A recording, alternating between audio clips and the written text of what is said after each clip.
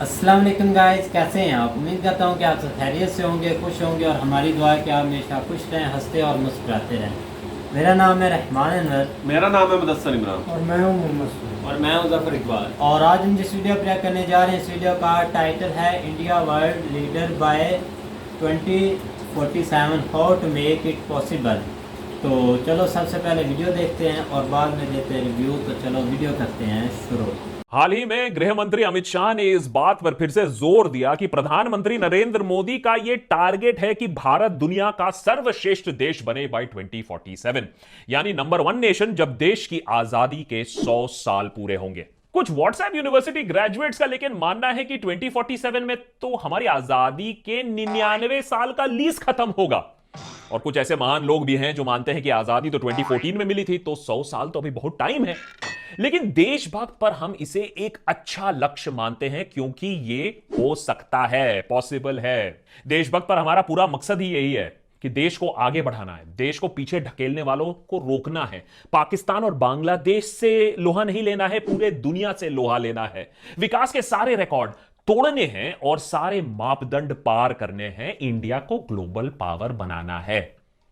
लेकिन कुछ anti national लोग होंगे जिन्हें लग रहा होगा, अरे एक और नया जुमला, एक और नया टारगेट लगा दिया है। पहले 2020 में इंडिया को सुपर पावर बनाना था। प्रेसिडेंट कलाम के सपने को एक पॉलिटिकल गोल बनाया गया, लोगों को लुभाया गया। लेकिन 2022 आया और चला गया। उस पर भी हमने पूरा एपिसोड बनाया है। फिर 2024 2025 तक हमें 5 ट्रिलियन टन इकोनॉमी बनाना था। वो भी टारगेट और इकोनॉमी दोनों खड्डे में चले गए। उसके बारे में भी हमने आपको आगाह किया।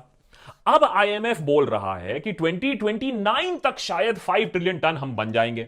आरबीआई उधर खुद कह रहा है कि 12 साल लग जाएंगे कोविड के नुकसान को पूरा करते करते।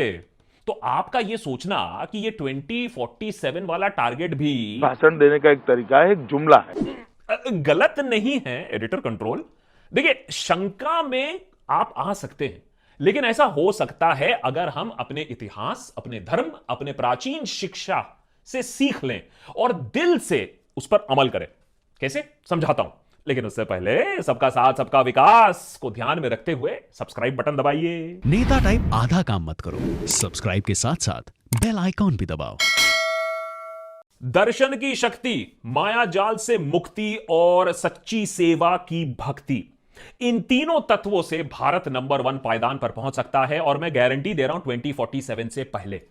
इस साल 15 अगस्त को सरकार विजन इंडिया 2047 डॉक्यूमेंट जारी करने वाली है, जिसमें एक ब्लूप्रिंट होने वाला है भारत को नंबर 1 कैसे बनाया जाए। गांव शहरों में बेहतर सुविधा, बेहतरीन इंफ्रास्ट्रक्चर, सरकार की कम से कम दखलंदाजी, agriculture, commerce, infrastructure, industry, urban landscape, security and defence, technology, governance को ऑब्वियसली बढ़ावा, लोगों की आमदनी बढ़ाना और भारत की एनर्जी सिक्योरिटी की जरूरतों को पूरा करना।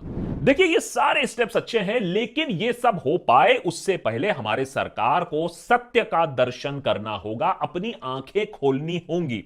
ठीक जैसे गौतम बुद्ध अपनी आंखें खोलकर अपने अंदर झांक सकते थे, ठीक जैसे हमारे देवी देवता आंखें खोल के पूरा ब्रह्मांड देख सकते हैं, वैसे ही सरकार को आंखें खोल के सत्य का दर्शन करना होगा। तभी अंदर और बाहर का मैल, का दुख, का दर्द वो समझ पाएगी। सच्चाई तो यही है कि नंबर 1 बनने के लिए हमें आज बहुत ज्यादा मेहनत करना होगा। आज दुनिया का नंबर 1 जिसे देश माना जाता है, उसकी पर कैपिटा इनकम माने औसतन आमदनी हमारे से 30 गुना ज्यादा है, यानी 30 टाइम्स मोर। अगर यहां कोई 1 लाख कमा रहा है तो वहां औसतन आमदनी उसकी 30 लाख ही होगी। और यूएसए से कंपैरिजन छोड़ो, आज हम बांग्लादेश से टक्कर ले रहे हैं औसतन आमदनी को लेकर। यह कड़वा सच सरकार को देखना होगा। सरकार इस सत्य को भी अनदेखा नहीं कर सकती है कि धार्मिक मतभेद, तनाव से वोट तो मिल जाएंगे, लेकिन देश की आर्थिक व्यवस्था और देश की गरिमा को भारी चोट पहुंचती है इससे। इंडिया को अब कंट्री ऑफ पर्टिकुलर कंसर्न कहा जा रहा है, धर्म के मामले को लेकर, माइनॉरिटीज पर अत्याचार के मामले को लेकर। और हम ऐसे लिस्ट में हैं जहां ऐसे और भी देश हैं, Afghanistan, Burma, China, Iran, Nigeria, north Korea, Pakistan, Russia, Saudi Arabia वगैरह वगैरह। बोलने की आजादी, सरकार से सवाल पूछने की आजादी हर साल हमसे छिनती जा रही है। इस साल वर्ल्ड प्रेस फ्रीडम इंडेक्स में हम 150वें पायदान पर जा अटके। सूडान, पाकिस्तान, अफगानिस्तान से बस उसी के आसपास। ग्लोबल हंगर इंडेक्स में हम 101 पायदान पर, पाकिस्तान, बांग्लादेश और नेपाल से पीछे। हर डेमोक्रेसी इंडेक्स में हम फिसल रहे हैं। Freedom in the world report के अनुसार हमें फ्री कंट्री से पार्शियली फ्री कंट्री का डाउनग्रेड नोटिस आ चुका है। जेंडर गैप ले लीजिए, 140वें पायदान पर हम अटके हुए हैं। देश में सिर्फ 9% कामकाजी महिलाएं सच में काम कर रही हैं या काम ढूंढ रही हैं, क्योंकि काम के अवसर है नहीं और जिनके पास हैं उनको बाहर से खदेड़ा जा रहा है। और जेंडर इनइक्वालिटी नहीं, वर्ल्ड इनइक्वालिटी रिपोर्ट 2022 कहता है कि भारत दुनिया में सबसे अनइक्वल देश है, जहां टॉप 10% लोगों के पास 57% माने close to 60% of the wealth है, और जो टॉप 1% है उसके पास 22% ऑफ द नेशनल इनकम है, माने इतना कॉन्सेंट्रेशन ऑफ वेल्थ है। और भी ऐसे बहुत सारे इंटरनेशनल मापदंड है जिसमें बहुत काम करने की जरूरत है, लेकिन काम तभी होगा जब हम पहले अपने क्रोध और अपने अहंकार पर काबू पाएंगे। हमारे शास्त्रों में लिखा हुआ है, इतना क्रोध, इतना अहंकार किसी के लिए अच्छा नहीं होता है, ना राजा के लिए ना रंक के लिए। अपनी कमी को मानना, उस पर काम करना किसी इंसान को छोटा तो नहीं बनाता है। यह तो हमारे शास्त्रों में लिखा हुआ है, यह तो पाठ हमें पढ़ाया जाता है। लेकिन इनसिक्योरिटी हमें अपने आप को बदलने नहीं देता। लेकिन इतनी इनसिक्योरिटी किस बात की कि आप सवाल नहीं लेते हैं, आलोचना से डरते हैं, और यहां तक कि हंसी मजाक में कहीं बात आपको चुभती है।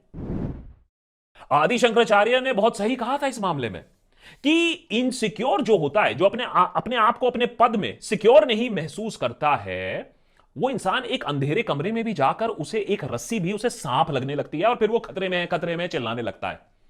तो अगर इंडिया को नंबर 1 बनना होगा तो इस माया जाल से निकलना होगा। हमारे लीडर्स को माया जाल, मान लीजिए हॉल ऑफ मिरर्स, जहां सिर्फ मैं दिखता हो और कोई नहीं दिखता है, वहां इसे इंद्रजाल में फंसना भी कहते हैं, यानी a web of deception, a fraud, of illusion. इसी के चलते आज तक किसी भी गलती को मानी नहीं गई है, उस पर पश्चाताप नहीं हुआ है, उसे ठीक करने की कोशिश नहीं हुई है।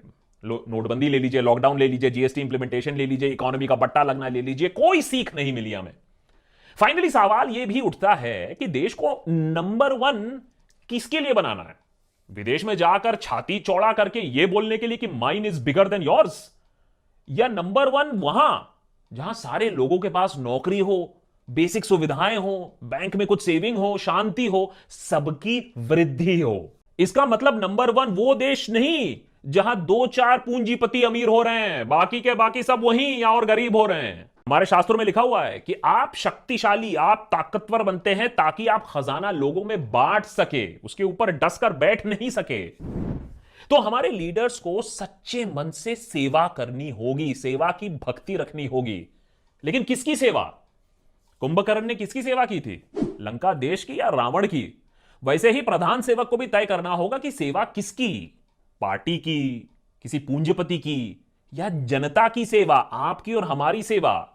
जनता की सेवा जैसे हमारे देश में ताबड़तोड़ बेरोजगारी पर काबू रखना, हमारी डेमोग्राफिक डिविडेंड यानी दुनिया की सबसे बड़ी यंग लेबर फोर्स, उस पर जंग ना लग जाए, उससे बचाना, उनकी आर्थिक बहाली करना जिससे वो काम पर जा सके, दंगे पर नहीं।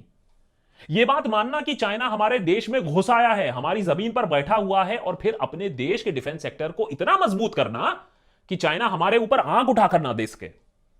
यह बात मानना कि सारा एडवर्टीजमेंट के बावजूद, इतने स्पीच के बावजूद मेक इन इंडिया फेल हो चुका है। ऐसा क्यों कि 2-4 कंपनी छोड़ वो हजारों कंपनी जो चाइना छोड़कर भारत आने वाली थी वो कभी नहीं आई। और आज हमारे देश से स्किल्ड लेबर का इतना पलायन क्यों हो रहा है कि हम नंबर 1 हैं इस एक्सपोर्ट में। हमारी एजुकेशन सिस्टम में दीमक लगा हुआ है और यूथ को और अपस्किलिंग की जरूरत है, लेकिन कौन कर रहा है ये सब? और इस सब के ऊपर महंगाई कमर तोड़ रही है, लेकिन उससे बचाने वाला कोई नहीं।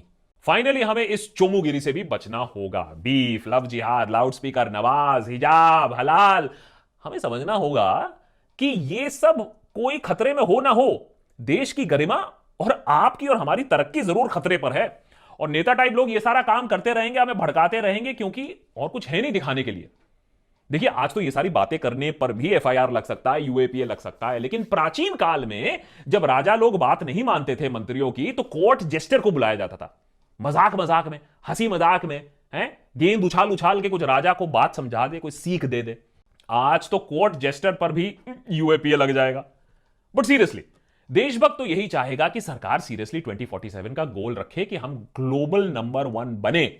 लेकिन उसके लिए एक फाइनल पुरानी सीख देना चाहूंगा जो सरकार को दी गई है पहले भी, कि सरकार को राजधर्म का पालन करना होगा। राजधर्म यानी प्रजा की सुख, प्रजा की शांति और प्रजा की वृद्धि के लिए काम करना पूरी आस्था के साथ। अभी अभी अक्षय तृतीया गया, कुछ महीने बाद दिवाली आएगी। हम क्या आशा करते हैं, क्या अपेक्षा करते हैं इस समय? कि लक्ष्मी आपके घर आए, किसी और के घर नहीं, आपके घर आए। इससे हमें सीख लेनी होगी और पूछना होगा सरकार से कि आप हमारी वृद्धि के लिए क्या कर रहे हो। किसी और के वृद्धि के लिए, कोई और अमीर हो रहा है उसके लिए नहीं, हमारी और आपकी वृद्धि के लिए क्या कर रहे हो। क्योंकि जब हमारी वृद्धि होगी, देश अपने आप ही ग्लोबल नंबर 1 बन जाएगा।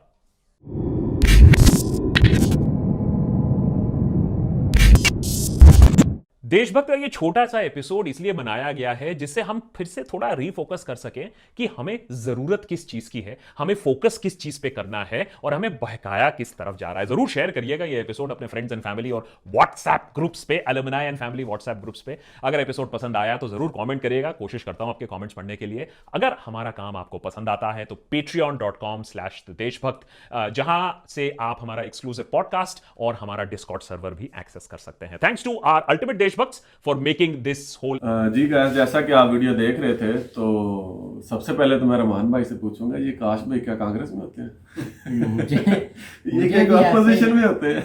नहीं, मुझे भी ऐसे ही लगता है। नहीं, अपोजिशन वाली बात नहीं है, बहुत सारी चीजें नहीं, ऐसी होती हैं उसने जो भी बात की है पॉइंट्स के साथ की तो उसने फैक्ट्स एंड फिगर्स के साथ नहीं, है। मुझे कांग्रेस का लगता है क्योंकि उसने कुछ और भी वीडियोस हैं जिस जगह वो उनकी पार्टी को कवर ज्यादा कर रहा है। लेकिन खैर फैक्ट उसने कुछ बताए हैं, क्योंकि हमने उन फैक्ट्स को देखना है और इसके फैक्ट्स के उल्टी है भाई सब कुछ। मुझे तो ऐसे लग रहा है, लेकिन हो भी सकता है उन्होंने कुछ चीजें सही कुछ चीजें आप बताई डिनाई नहीं कर सकते। हाँ, आप इस चीज को डिनाई कर सकते हो जो उन्होंने ये कहा कि मतलब यहाँ पर कह लो कितनी बोलने की आज़ादी नहीं है, आप कह सकते हो जी नहीं आज़ादी है। यहाँ पर कह लो कि मजहबी आज़ादी इतनी नहीं है, कह लो कि वो कह रहे हैं कि आप एक ही मजहब की बेस पर, या आप उन्होंने जो एक बात की कि आप ये जो क्या वो इनका कह लो कि लड़ाई झगड़े की बेस पे वोट वगैरह लेके दंगे फसाद करके आप जो वोट लेके कह लो कि सिर्फ मतलब उनके कहने का मकसद ये था कि आप जस्ट हिंदू कम्युनिटी को आगे ला के जो तरक्की की कर रहे हैं कि इससे आप तरक्की कर जाएंगे, तो वो नहीं, आप इसके ऊपर भी थोड़ा कर सकते। लेकिन जो बाकी चीज़ें थी जैसे हंगर के ऊपर उन्होंने बताया था, या और जो स्टैट्स उन्होंने दिए थे जो वर्ल्ड के हैं, जिसमें वो कई जैसे एक सबसे अच्छा जो स्टैट उन्होंने ये दिया कि वर्ल्ड लीडर इस वक्त कौन है, अमेरिका है, और इस वक्त अमेरिका के जो पर कैपिटा इनकम है वो 30 गुना, ठीक है, वो ज्यादा है इंडिया से, और आप इसमें बांग्लादेश से भी पीछे हो। बांग्लादेश की पर कैपिटा इनकम भी इंडिया से ज्यादा है, तो आप इस लिहाज से कैसे वर्ल्ड लीडर बन सकते हो। एक उनकी और चीज मुझे बड़ी बात अच्छी लगी कि वर्ल्ड लीडर का मतलब ये है कि आपकी इकोनॉमी इतनी बड़ी है कि उसके अंदर इतनी एम्प्लॉयमेंट अपॉर्चुनिटीज हैं कि लोग बाहर से आके इधर काम करेंगे, ना कि आपके लोग बाहर जाएंगे जॉब्स ढूंढने के लिए, कह लो कि अपना क्वालिफिकेशन एजुकेशन के लिए, जो भी आप जैसे अमेरिका, हर कंट्री में इंडियंस हैं और काफ़ी ज़्यादा हैं, और इंडिया की कह लो कि एक्सपोर्ट का एक जो मेजर सबसे बड़ा पार्ट है ये फॉरेन रेमिटेंसीज होता है। तो उस लिहाज से भी देखा जाए तो 2047 तक तो इंडिया वाकई जो उनकी बातें बिल्कुल ठीक थी, वर्ल्ड लीडर नहीं बन सकता। ऐसी एक बात वैसे चाइना के जब चाइना आज़ाद हुआ था ना 1949 में, हम दोनों कंट्री से तकरीबन 2 साल बाद ही उसकी भी इंडिपेंडेंस हो गई, तो उन्होंने भी यही बात की थी कि हम आज से 100 साल बाद जो है, जैसे उनका बड़ा था जिससे इंडिपेंडेंस उनको मिली थी, जैसे हमारे जिन्ना ये इंडिया में गांधी जी हैं, तो उसने भी ये बात की थी कि आज से हम 100 साल बाद जो है ना वर्ल्ड लीडर होंगे। तो चाइना के बारे में तो ये कहा जाता है कि वो कर सकते हैं इसके बारे में, नहीं इंडिया भी कर सकता है। तो कुछ ये एक बात मैं 1-2 साल बढ़ा लें भाई। एक बात उन्होंने और भी की थी, खैर के जैसे मैं पहले भी बोलता रहता हूँ, लेकिन मेरे भाई वो मानते नहीं है कि चाइना इंडिया की जमीन पर बैठा हुआ है, ये भी इंडिया को मानना पड़ेगा। ये बात इन्होंने नहीं कुछ वो ये बात उन्होंने भी की, कुछ एरिया उन्होंने हाँ कि आपको अपना डिफेंस इतना स्ट्रॉन्ग करना पड़ेगा कि चाइना आपकी कंट्री के अंदर आके आपकी जमीन पर कब्जा ना करे, ठीक है, आपको ये भी करना पड़ेगा। मेक इन इंडिया की भी उन्होंने काफ़ी बात की कि वो उस तरह से इतना आगे नहीं निकला। तो काफ़ी ज़्यादा पॉइंट्स उन्होंने डिस्कस किए हैं, मतलब काफ़ी चीज़ें हैं जो हकीकत है। आप बाकी जो मैंने पहले बातें की आप उसके ऊपर तो कर सकते हो कि नहीं जी ये तो इन्होंने झूठ बोला है ये वो, लेकिन जो चीज़ें उन्होंने स्टार्ट से बताई हैं वो वाकई ये है कि उसमें अभी बेहतरी की ज़रूरत है। तो अभी मेरा नहीं ख्याल 2047 तक इंडिया वर्ल्ड लीडर बन जाएगा। हाँ, ट्रैक पर ज़रूर है, बहुत बेहतर होंगे। आज से देखा जाए तो 10 साल 12 साल पीछे इंडिया देखेंगे तो उससे तो बहुत बेहतर है, और आगे भी और बेहतर होंगे।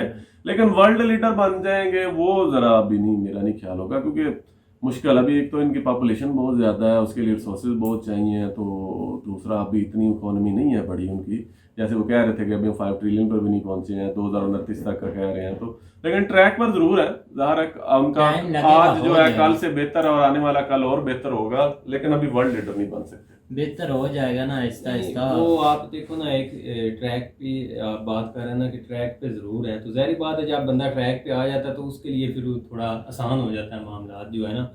तो बाकी अगर वो मेरे ख्याल दौड़ में है सिर्फ तो इंडिया ये जो अपने ये जो है ना दंगे फसाद हंगामे घूमे ये वो, इसको जरा कंट्रोल कर लेना और थोड़ी सी और ले आए ना जरा, कह असल लो में उसकी कि reason जो सब- इनकी अकलियतें हैं, हमारी उर्दू में तो अकलियतें वर्ड है, कह लो कि इंग्लिश में इसको क्या कहते हैं, माइनॉरिटीज। हाँ माइनॉरिटीज, हाँ माइनॉरिटीज के लिए अगर ये थोड़ा ज्यादा करें ना, ताकि वर्ल्ड इनको सिर्फ हिंदू का ही कंट्री ना देखे, हैं काफी कर भी रहे हैं, लेकिन फिर भी आए दिन न्यूज आ जाती हैं, जैसे पिछले दिन राजस्थान की न्यूज आई थी या दिल्ली की आ गई, कह लो कि गुजरात की आ रही है। तो वो आती रहती हैं, और उसमें जरा मोदी जी काफी पीछे हैं, कह लो कि वो इनके दौर में, और वो ये इनके ऊपर ये भी कह लो कि इल्जाम लगाया जाता है कि ये वोटिंग के लिए सब ऐसा करते हैं कि मुझे हिंदू कम्युनिटी, क्योंकि 80% तो उधर वो है तो उनको वोट मिलेगा, तो जरा इस चीज को अगर वो, अब ये बात वो भाई वीडियो वाले भी कर रहे थे कि हमें वर्ल्ड ऐसे ही देखता है कि इंडिया जो है ज़ाहिर वो बात जस्ट है जब एक के थोड़ा लिए है। बहुत हंगामा, जिस तरह आप हाँ। लास्ट देख लें वो हिजाब वाला मामला शुरू हुआ था, हाँ, तो इसकी भी उसमें उन्होंने बात की है कि आपको उसको आजादी देनी वर्ल्ड पड़ेगी। लेवल पे जो है ना हाँ। उन्होंने कवर किया था, और उस वक्त भी हम यही कहते थे कि ये बिल्कुल गलत चीज़ है, इन चीज़ों के ऊपर जो है ना वो ग्रिप करनी चाहिए,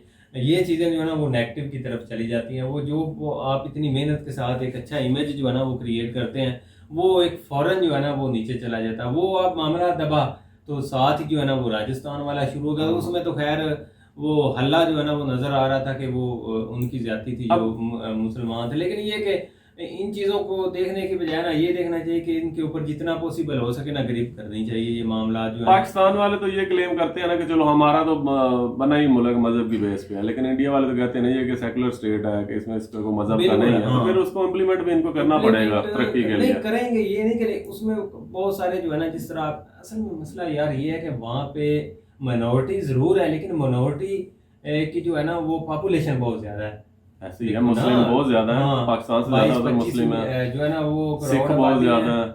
हाँ यही है ना, तो इस लिहाज से जो है ना उनको थोड़ा सा इस चीज़ में जो है ना वो मुस्लिम सहल आ जाते हैं, लेकिन ये है कि उसके ऊपर वो ग्रिप कर रहे हैं, जिस तरह वो जो है ना वो दिन रात इसके ऊपर बहुत सारे जो है ना वो मुसलमान उनके साथ भी हैं, लेकिन दरमियान में फिर वो इंतशारी आप कभी नहीं ख़त्म कर सकते, आप जिधर भी बैठे हुए हो। तो बिल्कुल, वो इस तो हर तरह जगह है भाई। कम्युनिटी को देख लें, वो तो खैर फुली इनके साथ है ना, दरमियान में कोई छोटी मोटी जो है ना वो जिस तरह हमें यहाँ पे दिखाया जाता है कि वो एक साल तक सड़कों पे बैठे रहे हैं सिख अपने लेकिन वो वोट यार के लिए, देखो ना वो एक बिल का मामला था, वो और उन्होंने मनवाया, लेकिन- फिर जाके कई बात उनकी खत्म हुई है। यार वो बात आपकी बिल्कुल ठीक है, लेकिन ये है कि वो इंटरनल मामला होते रहते हैं, ये नहीं कि नहीं ऊंच नीच। आप इधर ही देख लें कितने मुस्लिम सहल हैं, ये हो जाते हैं। गवर्नमेंट जो है ना वो जब चल रही है जो ऊपर बंदा सुहेल बैठा भाई है, नहीं बोल रहे, किसी और लिहाज से सोच रहा है। आप हमें खैर है चांस कि नहीं दे आपने रहे कुछ बोलने ऊपर का। रखा हुआ है। चांस आप चांस ले ना भाई, यार आप मैं चांस तो बोल रहा हूँ, लेकिन इधर से ये बोल रहे हैं भाई हम उधर से काफी वो- दिन बाद आए हैं तो वो हाँ, कह लो कि इसलिए हम रखा हुआ आपको है। मौका दे रहे हैं, इसलिए चुप कर बैठे हम हैं। 5-6 दिन हमने अपनी भड़ास निकाली, आप भी हम निकाल लें भाई, नहीं, कोई बात भड़ास नहीं। तो हमारे अंदर किसी तरह की बात नहीं है। नहीं भाई, मतलब के reaction बातें दे। करें, खुलकर खुलकर बोलें, ये बातें हम चीजें हैं। भड़ास रखते ही नहीं है, भड़ास किस हाँ, चीज़ की हाँ होती तो है। उम्मीद करते हैं कि गाइस आपको वीडियो पसंद आएगी। अगर पसंद आए तो लाइक सब्सक्राइब जरूर कीजिएगा और कमेंट में अपनी राय का इजहार जरूर कीजिएगा। अल्लाह हाफिज।